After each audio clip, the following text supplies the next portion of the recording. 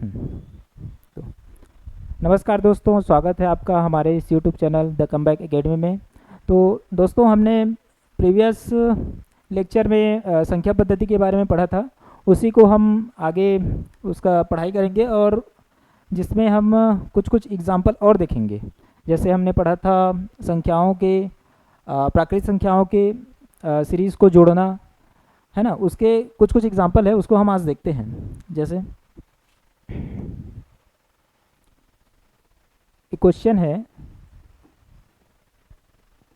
1 से 19 तक की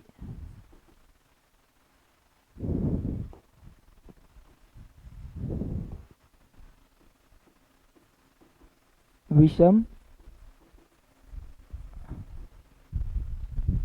संख्याओं का योग ज्ञात कीजिए। अब इसके बारे में तो हमने नहीं पढ़ा था। तो इसका एक फार्मूला होता है विषम संख्याओं के लिए, एन स्क्वायर, यानी 1 से 19 तक जितनी भी संख्याएं आएंगी उसका हम अगर वर्ग कर दें तो उन सारी संख्याओं का वर्ग हम ज्ञात कर सकते हैं। जैसे 1 से 19 के बीच कितनी विषम संख्याएं आएंगी, तो 1, 3, 5 ऐसे ऐसे करके हम जाते हैं। तो 19 तक, जैसे कि 1 से 10 तक कितनी संख्याएं होती है, 10 संख्याएं, जिसमें 5 विषम या 5 सम संख्याएं होती है। वैसे ही अगर हम 20 तक जाएं तो 10 सम संख्याएं होगी और 10 विषम संख्याएं। ये एक लॉजिकल रीजनिंग है जो आपको समझना पड़ेगा। तो 1 से 19 तक कुल संख्याएं या कुल विषम संख्याएं कितनी होंगी, 10।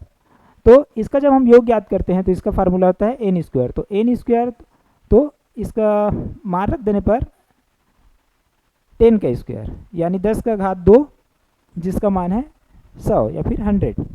तो 1 से 19 तक की विषम संख्याओं का योग कितना हमें प्राप्त होता है, 100। ठीक, समझ आया? ठीक है। एक नेक्स्ट क्वेश्चन देखते हैं। ये थोड़ा सा कॉम्प्लेक्स टाइप का है। 16, 17, 18 ऐसे करके 30 तक की संख्याओं का योग ज्ञात कीजिए। थोड़ा सा देख के आपको कॉम्प्लेक्स लग रहा होगा, क्योंकि अभी तक हमने 1 से शुरुआत होने वाली यानी प्रथम प्राकृतिक संख्याओं के योग या उनके वर्गों का योग, सम संख्याओं के वर्गों का योग, विषम संख्याओं के वर्गों का योग, इन सब के बारे में पढ़ा था। लेकिन अब तो जो शुरुआत होने वाली संख्या है वो बीच से स्टार्ट हो रही है, तब कैसे करेंगे? तो इसमें आपको घबराना नहीं है। एक थोड़ा सा इसमें रीजनिंग लगाना है और देखना है कि कैसे कर सकते हैं इसको। तो हम जानते हैं कि 1 से n तक की प्राकृतिक संख्याओं का योग का फार्मूला कैसे होता है। ये 1 + 2 + 3 n, इसका फार्मूला होता है n × n + 1/2। तो हम देखते हैं, चूँकि हमको 16 से लेकर 30 तक की संख्याओं का योग ज्ञात करने से पहले 1 से लेकर 30 तक की संख्याओं का योग ज्ञात करना पड़ेगा। कैसे? तो इसको ऐसे हल करते हैं, 1 + 2 + 3 ऐसे ऐसे करके 30 तक की संख्याओं का योग ज्ञात करेंगे। अब इन संख्याओं में हम 1 से लेकर 16 के पहले यानी 15 तक की संख्याओं का योग को घटा देंगे, तो हमें 16 से लेकर 30 तक की संख्याओं का योग प्राप्त हो जाएगा। तो देखिए, 1 + 2 + 3 कहाँ तक, 15 तक, क्योंकि 16 के पहले आता है 15।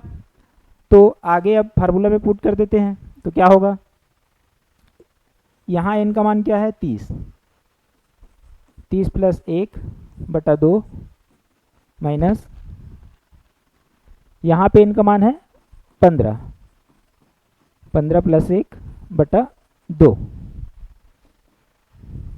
तो 30 गुना 31/2 माइनस 15 गुना 16/2, कितना हो जाएगा, 2 15 में 30, 2 8 16, तो 15 एकम 15 और 15 तिया 45 और 1 46, फिर 8 15 अट्ठे 120।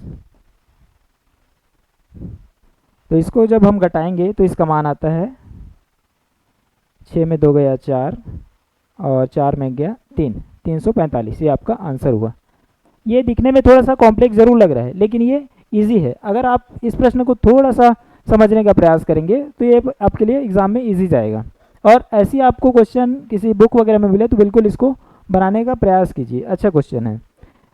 तो यहीं तक करते हैं इसको, उसके बाद हम आगे विभाज्यता के नियम पढ़ेंगे। तो विभाज्यता के नियम बहुत सारे होते हैं, जिसमें से हम 1 2 3 ऐसे करके आज 11 तक के विभाज्यता के नियम पढ़ते हैं, है ना।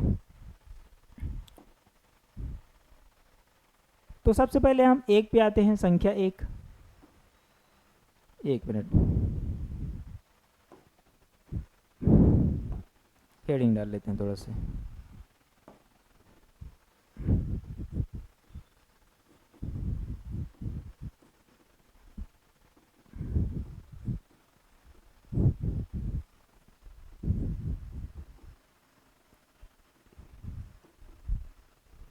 Divisibility rule.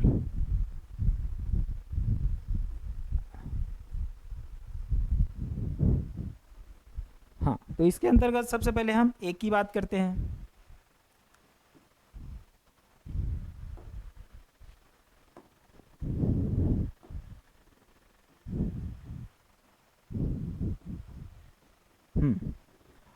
अब एक संख्या किस किस से विभाजित होती है, तो ये एक का जो विभाज्यता का नियम है सबसे सरल है, क्योंकि एक वाली या एक इकाई वाली जितने भी संख्याएं हैं उसको हम किसी से भी विभाजित करें या गुना करें उसका मान एक ही आता है या वही संख्या प्राप्त होती है ना। जैसे 111, इसको 1 से विभाजित कर दे तो 111 ही आएगा, है ना। 2 हो गया, इसको 1 से विभाजित कर दे तो क्या आएगा, 2 ही आएगा, है ना। तो 1 के जो विभाज्यता के नियम है एकदम आसान है ना। तो हम आगे बढ़ते हैं 2 के रूल में।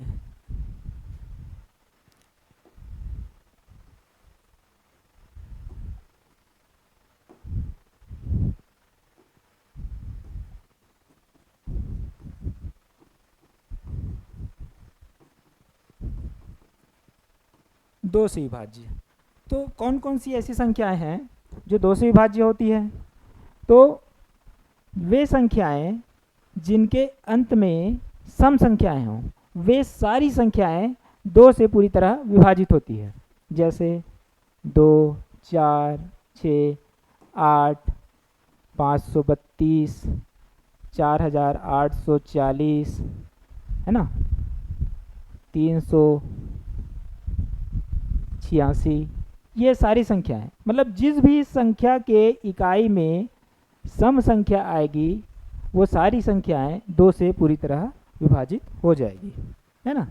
जैसे एक बड़ा सा संख्या ले लेते हैं, छोटी संख्या को तो कोई विभाजित कर सकता है, तो देख लेते हैं 50,848, इसको 2 से विभाजित करके देखते हैं तो 2 दूनी 4, 2 पंचे 10, 2 चौके 8, 2 दूनी 4, 2 चौके 8, यानी पूरी तरह विभाजित हो गया। तो 2 की विभाज्यता का नियम सबसे सरल है ना। तो ये आपको समझ आ गया होगा कि वे सारी संख्याएं जिनके इकाई का अंक सम संख्या हो, वे सारी संख्याएं 2 से पूरी तरह विभाजित हो जाती हैं। अब आगे आते हैं।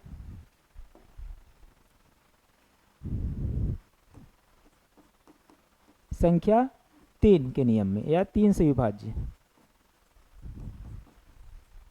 अब 3 से कौन कौन सी संख्या विभाजित होती है? तो ऐसी संख्याएं जिनके योग या जिनका योग 3 से पूरी तरह विभाजित हो जाए, वे सारी संख्याएं 3 से पूरी तरह विभाजित हो जाती है। जैसे 219, 54,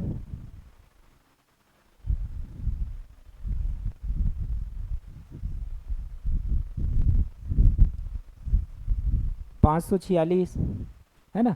ये सारी संख्याएं जो हैं 3 से विभाजित हो जाएंगी। कैसे होंगी? तो देखिए, 2 + 1 + 9, तीनों का योग क्या आता है? 9 1 10 2 12। 3 से विभाजित करके देखते हैं। 3 चौके 12, यानी 3 से पूरी तरह विभाजित हो गया इन संख्याओं का सम। तो ये क्या हुई? अर्थात ये संख्या 219 जो है 3 से पूरी तरह विभाजित है। वैसे ही देखते हैं, 3 के पहाड़े में आता है 3 दूनी 6, 3 एकम 3 और 3 अट्ठे 24। वैसे ही इसको देखते हैं, 5 4 6। इन तीनों संख्याओं का सम 6 4 10 5 15, और 15 जो है 3 से पूरी तरह विभाजित हो जाती है ना। तो 3 के विभाज्यता का नियम भी आसान ही है ना। तो इसके बाद आगे बढ़ते हैं 4 का नियम।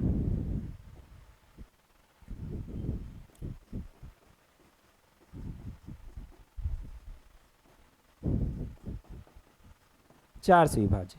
अब ऐसी कौन कौन सी संख्याएं होती है जो 4 से पूरी तरह विभाजित हो जाती है? तो वे संख्याएं जिनका इकाई व दहाई या अंत की 2 संख्याएं 4 से पूरी तरह विभाजित हो जाती है, वे सारी संख्याएं 4 से विभाज्य होती है। जैसे 528, तो इसमें इसका अंतिम 2 अंक क्या है? 28।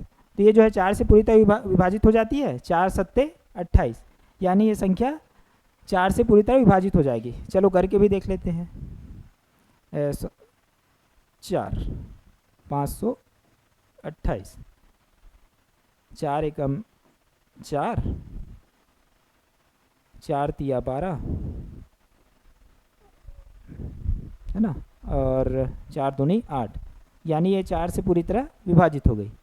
तो एकदम इजी है ये, है ना। इसी तरह 5448, तो देखते हैं ये 48 जो है, अंतिम 2 संख्या क्या है? 48। ये संख्या 4 से पूरी तरह विभाजित होती कि नहीं? तो 4 एकम 4 और 4 दूनी 8, तो ये भी संख्या 4 से पूरी तरह विभाजित है। तो ऐसी कितने भी अंकों की संख्याएं हों जिनके अंत का जो 2 अंक है वो अगर 4 से पूरी तरह विभाजित हो जाता है तो वो 4 से विभाज्य होगा। ठीक है,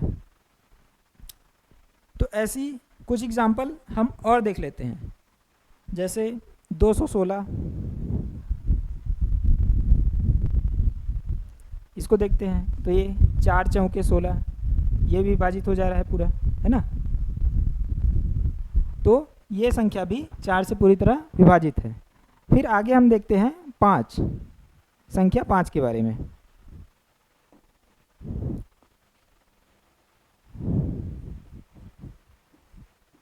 पाँच से विभाज्य।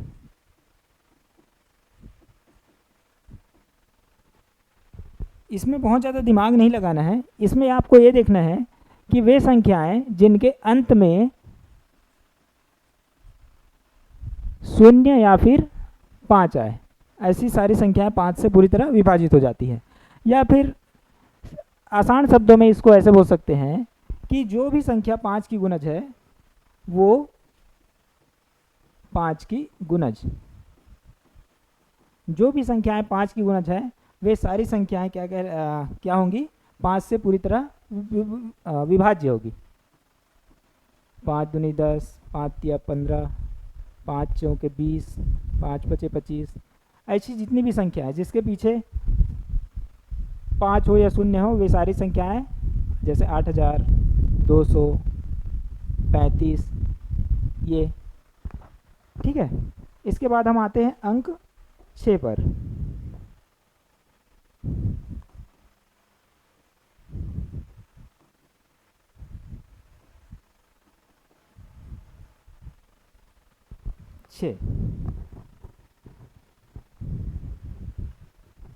ठीक, हाँ।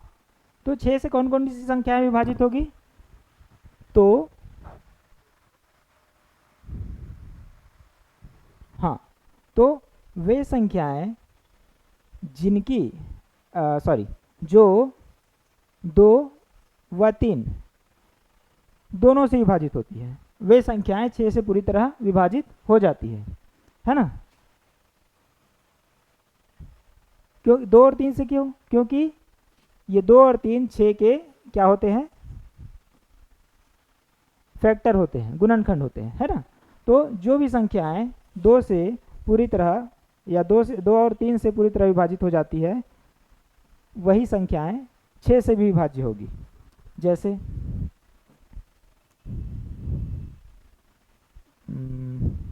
एक मिनट,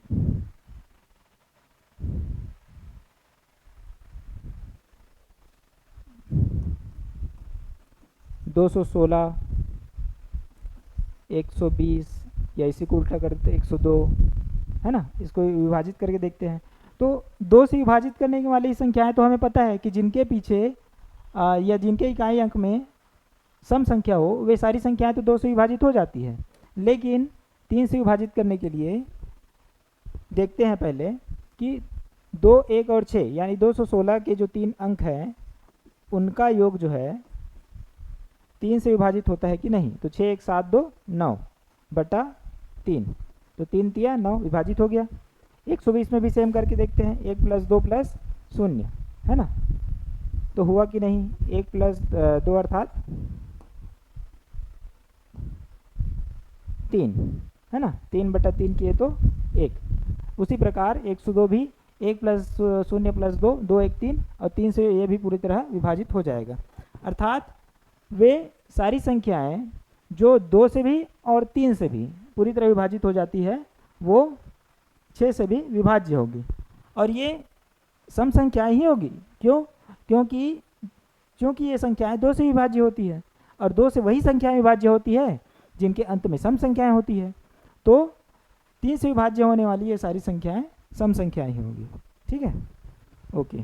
आगे बढ़ते हैं हम संख्या 7 से विभाज्य।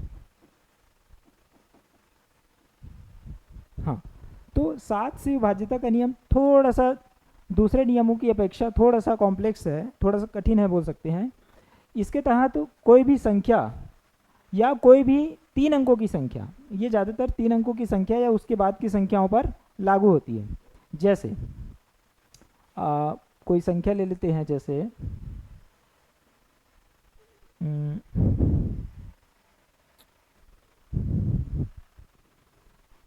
343।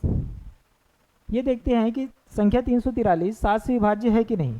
तो इसके लिए एक रूल होता है कि इसके इकाई अंक के दोगुने, यानी इसका इकाई अंक का दोगुना क्या हुआ, 3 दूनी 6, यह उसके बचे हुए संख्या, कौन सी संख्या बची हुई है, 34।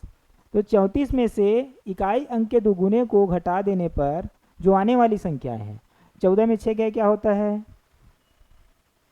8, है ना, और 3 का ये 2 28।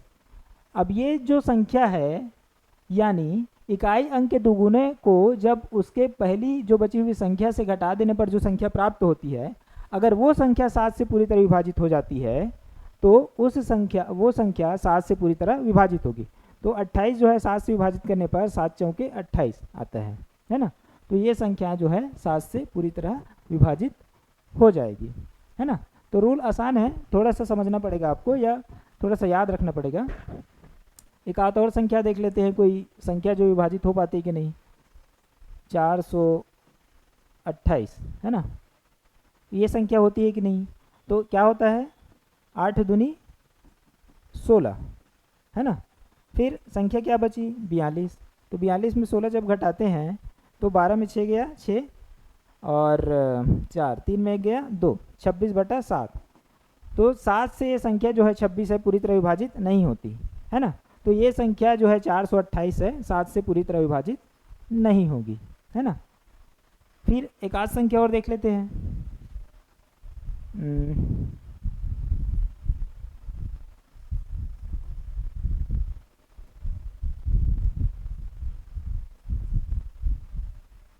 हाँ, इस संख्या को देखते हैं। तो इसका अंतिम संख्या क्या है, अंतिम अंक क्या है, 4। 4 गुना 2 क्या हुआ, 4 दूनी 8। फिर उसके पहले की संख्या क्या है, 35। तो 35 में हम 8 घटा देते हैं तो क्या आता है, 15 में 8 गया 7, फिर 3 का 2। तो 27 जो है 7 से विभाजित होता है क्या, अच्छा सॉरी, ये 35 नहीं है, 51 है। तो 351 में जब 8 घटाते हैं तो 11 में 8 गया 3, 1 मिनट, 11 में 8 गया 3, 5 का 4, 3। अब ये संख्या 7 से विभाजित होती कि नहीं है। तो 7 चौके 28 और 7 निया 63। तो ये जो संख्या है 343 7 से पूरी तरह विभाजित हो जाती है। अतः यह संख्या 3514 भी 7 से पूरी तरह विभाजित हो जाएगी। इसी प्रकार आगे हम संख्या देखते हैं, संख्या 9 के बारे में, सॉरी 8 के बारे में।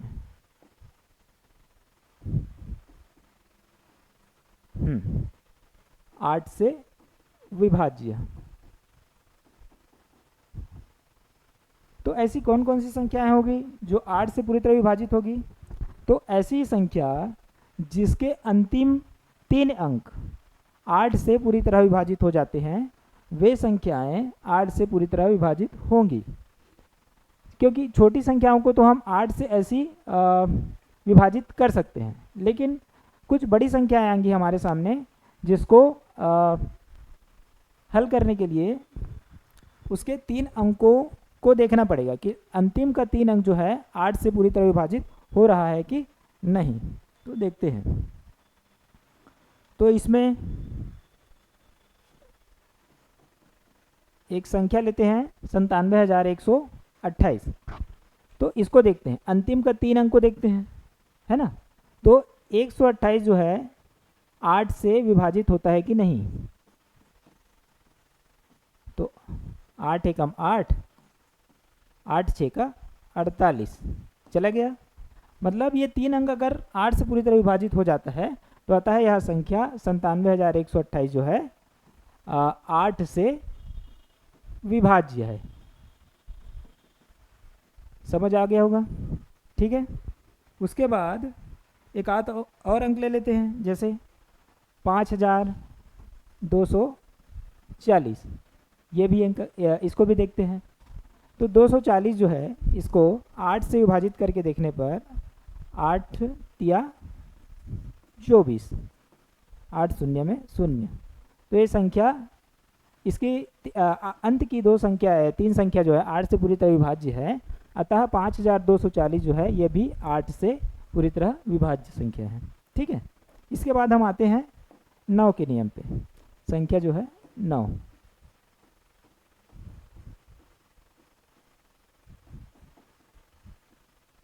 नौ से विभाज्य। अब कौन कौन सी जो संख्याएं हैं वो 9 से पूरी तरह विभाज्य होगी।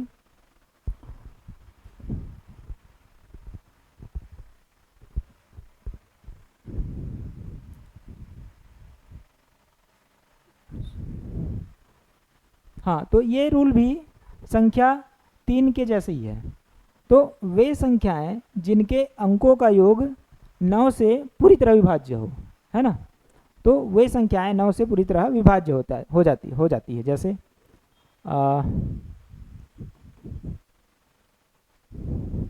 है ना, 729।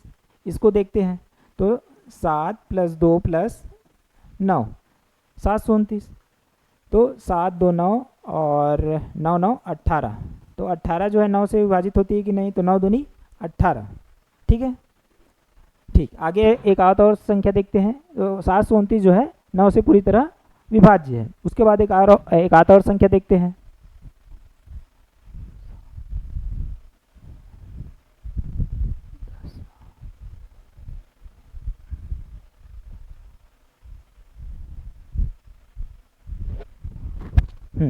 तो देखते हैं ये 5238 जो है 9 से विभाजित होता है कि नहीं।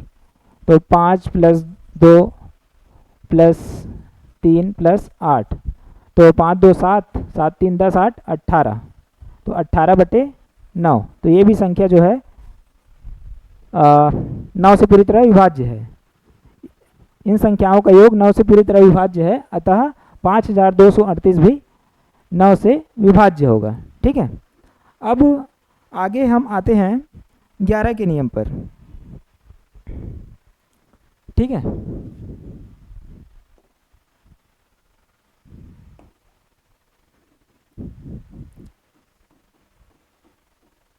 11 से विभाज्य। तो इसका भी थोड़ा से 7 जैसे ही कॉम्प्लेक्स है, थोड़ा सा समझना पड़ेगा आपको कि 11 से वे संख्याएं विभाज्य होती है जिनके सम संख्याओं तथा विषम संख्याओं का जो योग है और उन योगों का अंतर है वो अगर 11 से पूरी तरह विभाज्य हो जाती है, या 0 आता है जब उनका मान, या फिर 11 के गुणज के रूप में आता है, तब वे संख्याएं 11 से पूरी तरह विभाज्य हो जाती है। जैसे कौन कौन सी संख्याएं हैं, जैसे एक आध ले लेते हैं।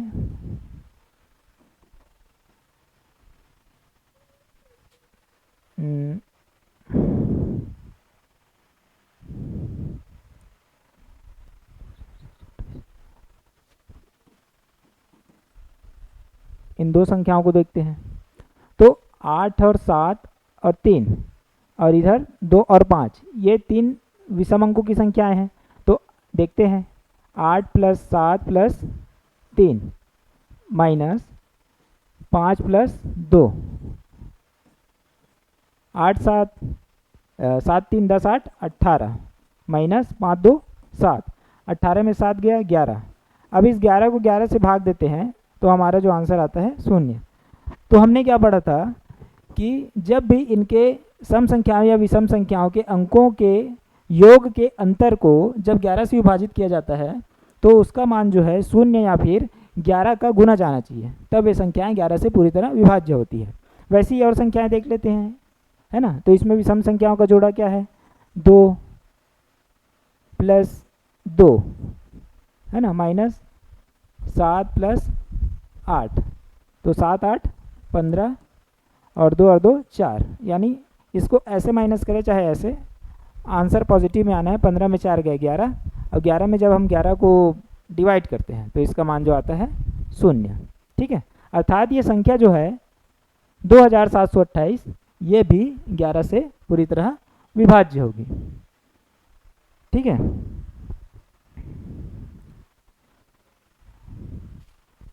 एक मिनट रुको ना।